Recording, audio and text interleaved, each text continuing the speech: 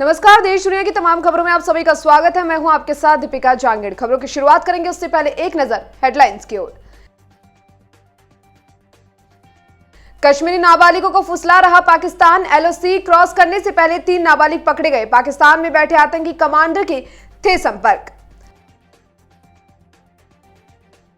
लद्दाख सीमा विवाद, 1.5 साल में भारत और चीन के अधिकारी 23वीं बार एक साथ बैठे। सरहद पर शांति बनाए रखने पर बनी सहमति। मुंबई में फिर से स्कूल खोलने की मांग। पेरेंट्स ने कहा जब बच्चे पार्टी में जा सकते हैं तो फिर स्कूल क्यों नहीं। सीएम को लिखा ओपन लेटर। जेल में बंद देशमुख को पवार का समर्थन। एनसीपी चीफ ने कहा अनिल देशमुख के हर दिन और हर घंटे की कीमत आज न कल जरूर वसूल होगी।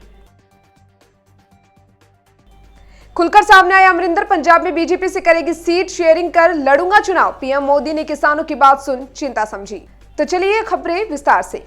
कश्मीर के कुपवाड़ा में पुलिस ने एलओसी क्रॉस करने की कोशिश कर रहे 3 नाबालिगों को पकड़ा है। पुलिस के मुताबिक ये तीनों पाकिस्तान अधिकृत कश्मीर में बैठे आतंकी कमांडर के संपर्क में थे।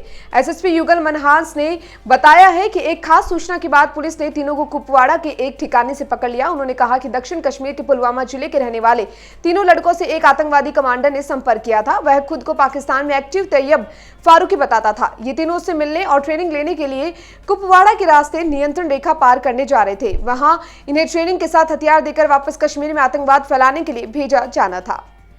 लद्दाख सीमा विवाद को लेकर भारत और चीन के अफसर गुरुवार को एक बार फिर एक टेबल पर थे। 1.5 साल से चल रही टेंशन को लेकर दोनों देशों के बॉर्डर अफेयर्स की यह 23वीं मीटिंग थी। हालांकि आज की मीटिंग में भी कुछ खास डेवलपमेंट नहीं हुआ। विदेश मंत्रालय ने कहा कि मीटिंग में दोनों पक्षों ने सरहद पर किसी भी अप्रिय घटना से बचने और शांति बनाए रखने पर सहमति जताई।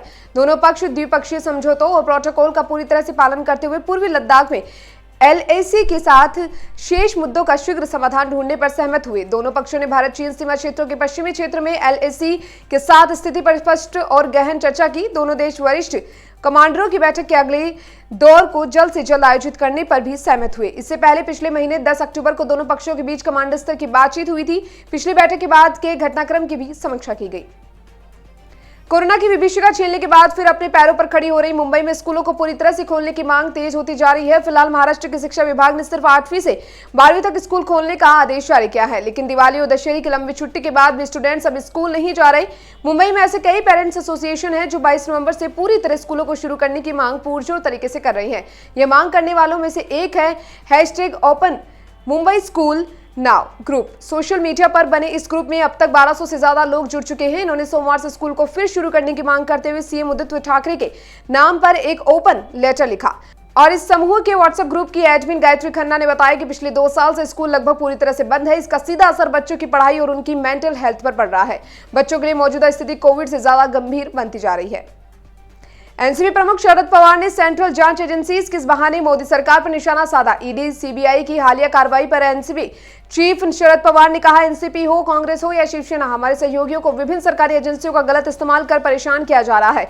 पवार ने आगे जेल में बंद अनिल देशमुख का समर्थन करते हुए कहा कि मैं यह कह रहा हूं कि तुम कितने भी छापे मार लो, कितनी भी अरेस्ट कर लो, हम लोगों को साथ में लेकर महाराष्ट्र राज्य में तुम्हें बीजेपी को कभी नहीं आने देंगे। तुम्हें 100% हार का सामना करना पड़ेगा।